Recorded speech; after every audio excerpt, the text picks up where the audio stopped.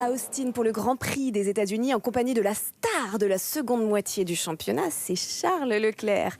Charles, merci d'être avec nous. Si la saison avait débuté fin août, vous seriez deuxième du championnat derrière Lewis Hamilton.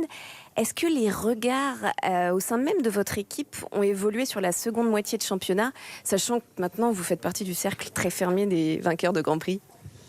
Non, je pense pas. Très honnêtement, dès le début, ils m'ont accueilli super bien dans le team. Après, c'est sûr que voilà, ça fait très plaisir d'avoir déjà gagné la première course. Ça m'a fait vraiment beaucoup de bien. La deuxième ensuite à Monza. La tifosi. Ouais, donc ça a aidé. Donc c'était vraiment top. Ça montre qu'on a pas mal progressé de la première course jusqu'à maintenant. Ça montre qu'on travaille bien en tant que team.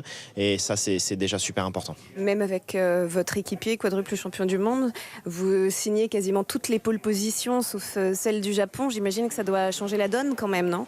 C'est la meilleure récompense qu'un pilote peut avoir. Après, malheureusement, il n'y a pas de point pour la pole position.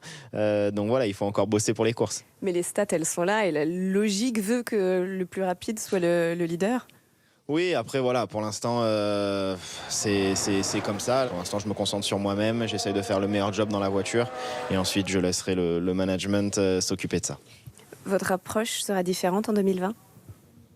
Non, je pense pas. L'approche restera la même. Après, par contre, c'est sûr que j'aurai plus d'expérience qu'en début d'année, donc il y aura des erreurs auxquelles je ferai plus attention que d'autres, et j'espère que ça paiera. Et justement, quel conseil est-ce que vous donneriez au jeune Charles Leclerc qui débarquait chez les Rouges en mars dernier ?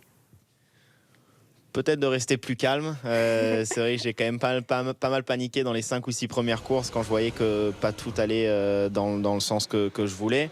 Et je me suis un petit peu excité. Je voulais absolument être tout de suite dans le rythme de Sébastien et il fallait que je sois plus réaliste à ce moment-là en me disant que voilà, c'est un 4 fois champion du monde et que j'avais encore beaucoup de boulot et que c'était normal. Donc oui, c'est ça sûrement le conseil que je donnerais. Allez, dernière question. Lewis Hamilton titré peut-être ce week-end à Austin. Charles Leclerc à sa place l'an prochain en lutte pour le titre, c'est jouable ? J'espère bien. En tout cas, je vais tout faire pour. Ça va pas être facile.